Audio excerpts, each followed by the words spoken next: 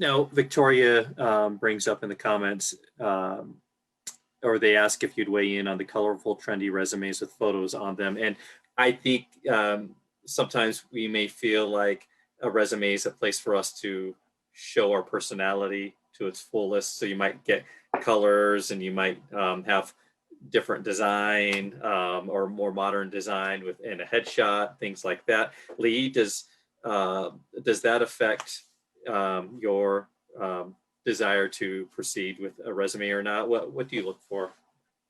For me personally, color may not. I prefer just your standard resume, white paper or maybe a little off-white.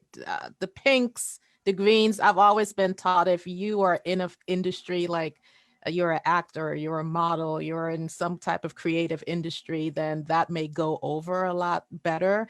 I wouldn't say that I would not entertain a resume like that if, again, the information on the resume did meet what I was looking for as far as qualifications, credentialing, so on and so forth.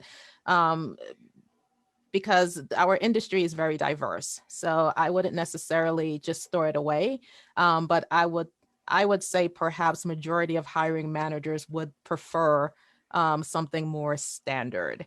The picture on the resume, maybe not. I personally have a separate document. I call it an executive profile.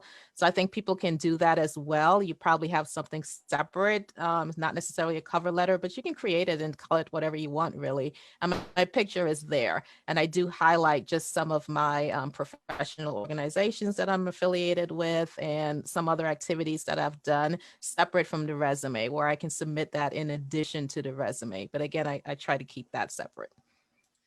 Annie, what are your thoughts about the fancy resumes?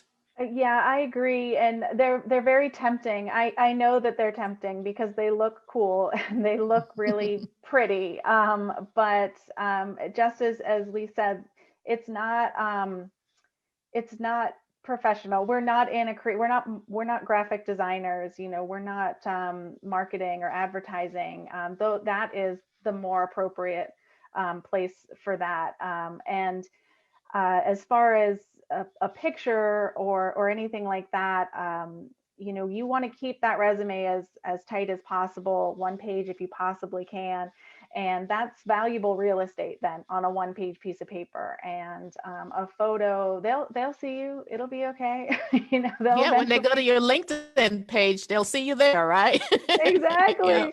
If you have a phone interview or a Zoom interview, now probably is more prevalent, but if you have a job interview in person, and I also have a lot of questions coming my way of age discrimination, and are you sure that they're going to want to hire me because this is my second or third career move, and certainly a picture is going to whether we want to believe it or not, or whether we want to dwell on it. I try not to.